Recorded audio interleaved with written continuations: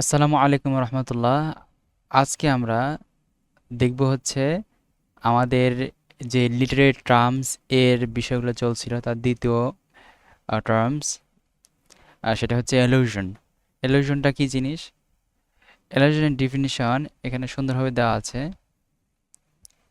যে এলুশন বলা হয় an allusion is an implicit or indirect reference. Implicit যে অর্থ, ইনডাইরেক্ট সেও একই অর্থ আর কি। ইমপ্লিক হচ্ছে এমন একটা ইঙ্গিত, যে ইঙ্গিত সহজে বোঝা যায় না, অস্পষ্ট ইঙ্গিত type. Reference to a literary works মানে কোন জিনিসকে অজ্ঞাত বা অস্পষ্ট ইঙ্গিত করতে পারে সেটা এখানে সুন্দরভাবে বোঝাচ্ছে।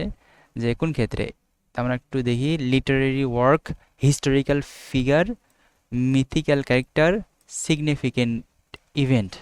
তাহলে কটা হলো? এক, দুই, তিন, চার। এটা মনে রাখতে হবে। লিটারেরি ওয়ার্ক মানে সাহিত্যকর্ম, হিস্টোরিক্যাল ফিগার মানে হচ্ছে ঐতিহাসিক ব্যক্তিত্ব যারা আছে তারা, যেমন ধরো শেক্সপিয়ার, ঐতিহাসিক ব্যক্তিত্ব। কিংবা জার্মানি নাজি গ্রুপের অনেক বিখ্যাত একটা ফিগার, যদিও কুখ্যাত, বিখ্যাত না, এটা হচ্ছে হিটলার। এরকম। বা আমাদের ইসলামিক হিস্ট্রি হতে পারে মোহাম্মদ সাল্লাল্লাহু আলাইহি আসাল্লাম, বা সাহাবীদের হতে পারে, যারা অনেক হিস্ট্রিক্যাল ফিগার ছিলেন। এবার হচ্ছে 3 নম্বর, মিথিক্যাল ক্যারেক্টার, অর্থাৎ এগুলো বাস্তব ছিল কি ছিল না তার সন্দেহ আছে, কিন্তু এগুলো পৌরাণিক কাহিনী, যেমন শ্রীরাম কৃষ্ণ হিন্দুদের। এবার গ্রিকদের অনেক আছে, যেমন ধরো ভালোবাসার দেবতা থাকে ওদের, তারপরে শক্তির দেবতা থাকে, থর, এই টাইপের। থরের নাম তো তোমরা জানো। এগুলো মিথিক্যাল ক্যারেক্টার। এরপর হচ্ছে সিগনিফিকেন্ট ইভেন্ট, যে কোনো ধরনের গুরুত্বপূর্ণ ঐতিহাসিক ঘটনা বলি, আহ, যেমন প্রথম বিশ্বযুদ্ধ, দ্বিতীয় বিশ্বযুদ্ধ, এগুলো হচ্ছে অনেক গুরুত্বপূর্ণ, কিন্তু এগুলো অনেক ধ্বংসযজ্ঞের সাথে তুলনা দেওয়া হতে পারে। তো এগুলোর দিকে ইঙ্গিত করে যদি ইশারা করা হয় বা অস্পষ্ট কোনো অর্থবহ জিনিস বোঝানো হয়ে থাকে, তবে সেটা ইলিউশন হয়। আমরা সাধারণভাবে বোঝার চেষ্টা করি, তাহলে আরো ভালো হবে। আর নিচে এই যে এগুলোতে কয়েকটা উদাহরণ দিয়েছে, মানে এক, দুই, তিন, চার। এগুলো বোঝা আমার জন্য একটু কঠিন ছিল, যদিও বুঝতে পারছি পরবর্তীতে, কিন্তু সাধারণ বোঝাটা খুবই জরুরি। যেন আমরা সাধারণত বাংলাতে কি বুঝি? যখন কেউ আমাদেরকে কোনো কি জিনিসের সাথে উদাহরণ দেয়, যেমন ধরো যদি বলি চরিত্র। এখন চরিত্রের উদাহরণের ক্ষেত্রে অনেকে ওসমান রাজিয়াল্লাহু আনহু কিংবা আলী রাজিয়াল্লাহু আনহুর উদাহরণ দেয় যে তার চরিত্র হচ্ছে ওসমানের মতো, ধরে নিলাম। এইভাবে যে আমাদের কর্ম বা আমাদের ব্যক্তিত্বকে আরেক ব্যক্তিত্বের সাথে একটি উদাহরণ দেওয়া, একটা অজ্ঞাবহ হতে পারে, আবার জানারও হতে পারে, মানে জেনেও হতে পারে, না জেনেও হতে পারে, দুটার ক্ষেত্রেই হতে পারে। সেটা পরবর্তীতে আবার সেটা করছে শেষের দিকে এসে। যেমন দেখো,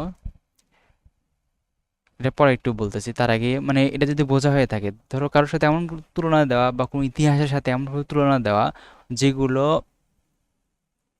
দিলে আমরা বুঝতে পারি যে অমুক কাহিনী কিংবা অমুক ব্যক্তিত্ব কিংবা অমুক ঐতিহাসিক কোনো ক্যারেক্টার, কোনো পৌরাণিক ক্যারেক্টার, তার সাথে যখন উদাহরণ দেয়, আমাদের যদি জানা থাকে, তাহলে আমরা কিন্তু সেটা বুঝতে পারি যে এই তুলনাটা অমুকের সাথে হলো বা অন্য ঘটনার সাথে হলো। সেটা এখন বলবে যে জানা থাকতে হবে।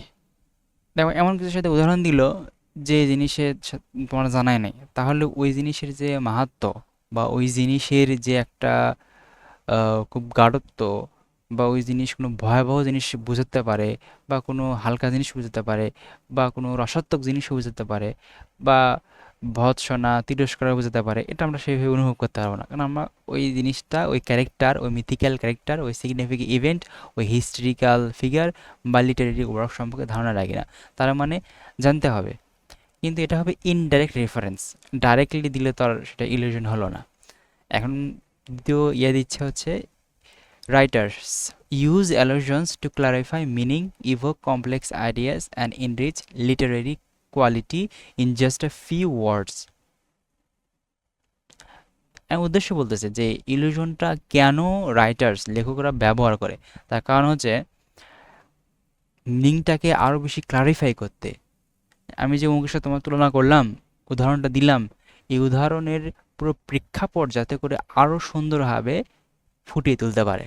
ইভোক কমপ্লেক্স আইডিয়াস, মানে কোনো কঠিন জিনিস বোঝাচ্ছে হয়তো বা, কিন্তু সেই জিনিস বোঝানোর সময় দেখা গেল যে মানুষ রিলেট করতে পারতেছে না, বুঝতে পারতেছে না যে কি হচ্ছে আসলে।